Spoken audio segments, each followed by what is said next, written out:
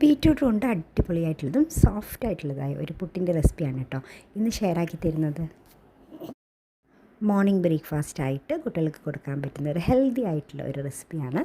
അപ്പോൾ എങ്ങനെയാണ് ചെയ്യുന്നതെന്ന് നോക്കിയാലോ. അതിനായിട്ട് ഒരു കപ്പ് പുട്ടിൻ്റെ പൗഡറാണ് കേട്ടോ ഞാൻ എടുത്തിരിക്കുന്നത്. നല്ല റവ പോലെയുള്ള പുട്ടിൻ്റെ പൗഡറാണ് നമുക്കിതിലേക്ക് വേണ്ടത്.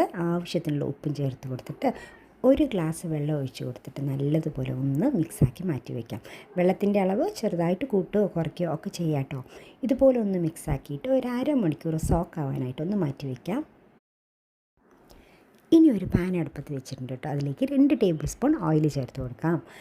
ഓയിൽ ചേർത്തിട്ട് 1 ടേബിൾ സ്പൂൺ കടുക് പൊട്ടിച്ചെടുക്കാം. അതിലേക്ക് ഒരു സവാള ചെറുതായിട്ട് അരിഞ്ഞതിട്ടിട്ട് നല്ലതുപോലെ ഒന്ന് വഴറ്റിയെടുക്കണം.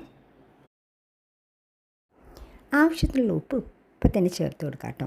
ഇനി ഇതിലേക്ക് ഒരു ബീറ്റ്റൂട്ട് ഗ്രേറ്റ് ചെയ്താണ് ഞാൻ ചേർത്ത് കൊടുക്കുന്നത്. ബീറ്റ്റൂട്ടിന് പകരം ക്യാരറ്റ് വേണമെങ്കിലും ചേർത്ത് കൊടുക്കാം കേട്ടോ. ബീറ്റ്റൂട്ട് നല്ലതുപോലെ ഒന്ന് മിക്സാക്കിയിട്ട് ഒരു 5 മിനിറ്റ് ലോ ഫ്ലെയിമിൽ വെച്ചിട്ട് ഒന്ന് കുക്കാക്കി എടുക്കണേ.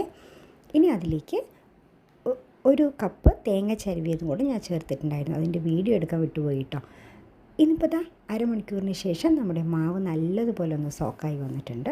ഇതൊന്ന് കട്ടയൊക്കെ ഒന്ന് മാറ്റി കൊടുത്തിട്ട് നമ്മുടെ ബീറ്റ്റൂട്ട് മിക്സ് ഇതിലേക്ക് ചേർത്തിട്ട് നല്ലതുപോലെ പുട്ടിൻ്റെ ഒരു പരുവത്തിന് ഒന്ന് കുഴച്ചെടുക്കണം കേട്ടോ. നല്ല രീതിക്ക് ഹാർഡായിട്ട് കുഴക്കരുത്, സോഫ്റ്റായിട്ട് നമ്മൾ പുട്ടൊക്കെ ഇങ്ങനെ പെതറിയെടുക്കില്ലേ അതുപോലെ ഒന്ന് നല്ല രീതിക്ക് ഒന്ന് സോഫ്റ്റായിട്ടൊന്ന് മിക്സാക്കി എടുക്കണം കേട്ടോ.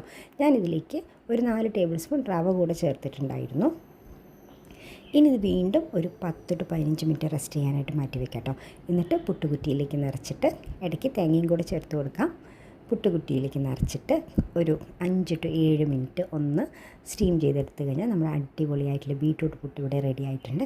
വളരെ സോഫ്റ്റായിട്ടുള്ള റെസിപ്പിയാണ്.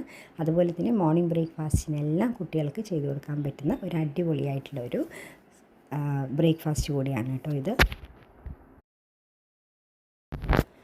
റെസിപ്പി ഇഷ്ടപ്പെടുകയാണെന്നുണ്ടെങ്കിൽ ഒരു ലൈക്ക് തരാനും ചാനൽ സബ്സ്ക്രൈബ് ചെയ്യാനും മറക്കല്ലേ.